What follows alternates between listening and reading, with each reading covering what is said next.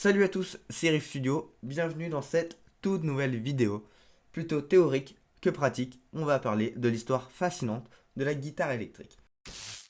Bienvenue dans un nouvel épisode de Riff Studio. Donc, voilà ce qu'on va parler. On va vraiment parler de l'histoire de la guitare électrique. La guitare électrique est un instrument vraiment pensé dans les années 20, et qui a été plutôt développé dans les années plutôt 30, 50, mais qui reste quand même dans les années 20. Alors, la guitare électrique, c'est vraiment typé rock, blues, jazz, et le métal un peu plus, bien plus moderne. Donc, on va plonger tous ensemble dans son histoire. C'est parti. Les origines de la guitare électrique. Dans les années 20, les orchestres de jazz deviennent de plus en plus populaires. Mais les guitaristes font face à un problème majeur: le volume. Les guitares acoustiques ne pouvaient pas rivaliser avec le son des cuivres, des saxophones et des percussions. Imaginez-vous une guitare acoustique jouée à côté d'une batterie qui tape assez fort en concert. Les micros n'étaient pas au point dans les années 20, ce qui était assez difficile. C'est pour ça qu'il fallait trouver une solution pour amplifier leur son. C'est ainsi qu'en 1931, enfin dans les années 1930, il y a un luthier nommé George Beauchamp. Alors, il est ingénieur et il crée la première guitare électrique, la célèbre Rickenbacker, qui apparaît juste là sur l'écran. Elle est quand même iconique, quand même. Elle est incroyable cette guitare. Elle est belle, elle a une forme vraiment très spéciale comparée à tout ce qu'il va avoir. N'empêche, ce qu'il faut savoir, c'est qu'elle a aussi le nom de Frying Pan. Je regarde ça sur mes notes en même temps, et donc elle tire le nom de ça, ça veut littéralement dire poêle à frire. Pourquoi? Tout simplement parce que ça ressemble à une poêle à frire. Alors, ils utilisaient, n'empêche, des micros, un signal électrique, tout ça. Donc, au lieu d'avoir une guitare tout à fait acoustique, assez basique, qu'on a l'habitude de voir, en 1931, la guitare électrique apparaît dans le game. C'est quand même stylé quand même. Donc, dans les années 40, on va dire, en Amérique, il y a un mec qui va presque tout révolutionner. Ce mec, c'est Mr. Les Paul. C'est un inventeur, un musicien de génie, les gars. C'est un GOAT. Il développe une première guitare qui s'appelle The Log. Tout simplement. Et donc, c'est la première guitare électrique à avoir un solid body. C'est-à-dire, elle a un corps solide. Nous voilà plongés dans les années 50. Un autre mec, un GOAT encore, Leo Fender. Bon, vous allez comprendre. Ce mec-là crée la Telecaster. Ce qu'il faut savoir, c'est que la Telecaster est apparue avant la Stratocaster. Donc voilà, donc il crée vraiment une guitare vraiment particulière. Donc la Telecaster, c'est vraiment une guitare qui tient le coup. Elle est très simple, elle est robuste, tout le monde l'aime. Mais en 54, qui est-ce qui apparaît? Sa petite sœur, la Stratocaster. Alors, c'est un modèle iconique, hein. Vous n'allez pas me dire, ah non, moi je connais pas la Stratocaster. Si vous connaissez pas, je vais vous donner deux exemples. Eric Clapton, Jimi Hendrix. Ça vous va? Ok, c'est parti. Maintenant, on va parler plutôt de l'âge d'or de la guitare. Années 60, les Beatles. Années 70, AC/DC bien sûr. Alors, dans les années 60, la guitare électrique, c'est vraiment un instrument de malade. Ce qu'il faut savoir, c'est que c'est un instrument phare, populaire. Plein d'artistes l'utilisent.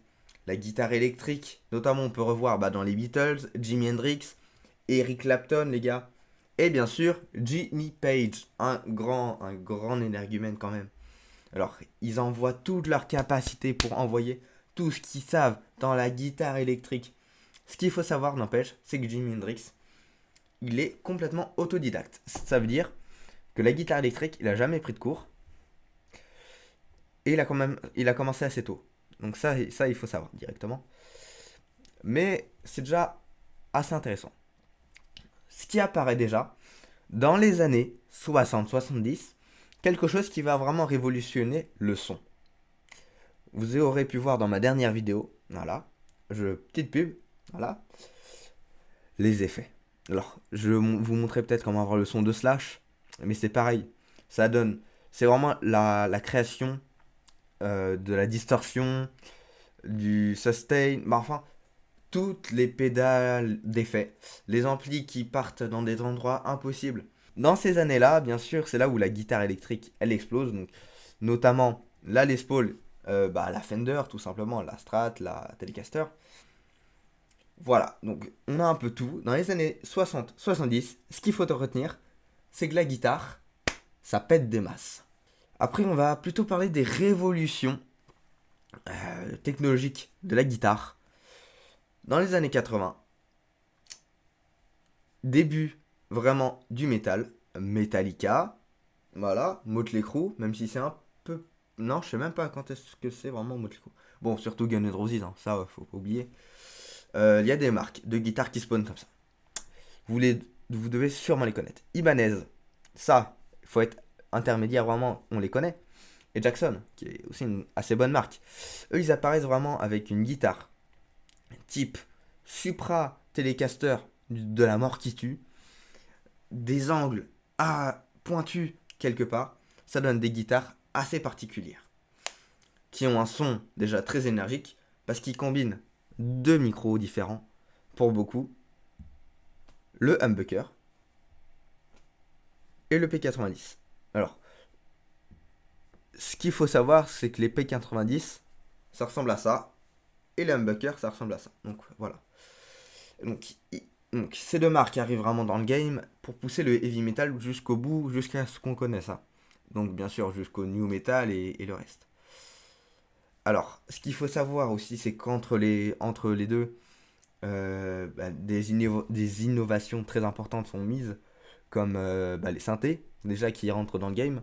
Donc ça ouvre de nouvelles portes, déjà à des expérimentations sonores, et les modèles MIDI qui ouvrent aussi une nouvelle expérience. Alors, le MIDI est un protocole de communication et un format de fichier dédié à la musique.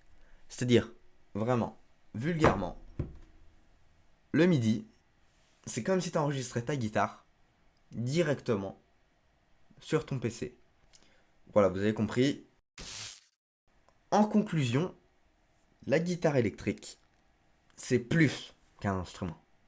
Alors, des années 20 à 2024, la guitare électrique, elle a quand même bien évolué. Imaginez-vous comment une guitare électrique c'est. Vous voyez désormais ça.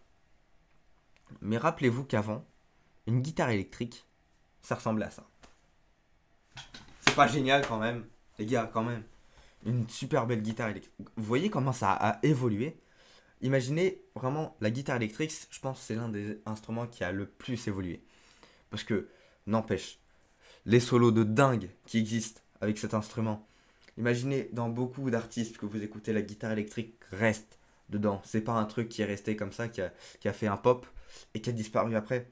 Non, non, la guitare électrique, c'est là depuis bas de longtemps, mon gars. La guitare électrique passe par des personnes légendaires qui font des trucs légendaires sur un instrument légendaire. C'est la fin de cette vidéo. Merci de l'avoir regardé, ça fait super plaisir. N'hésitez pas à vous abonner, liker et peut-être commenter pour me dire quelle est votre guitare électrique préférée. Donc, c'était RF Studio. N'hésitez pas à me suivre sur tous mes réseaux. À bientôt.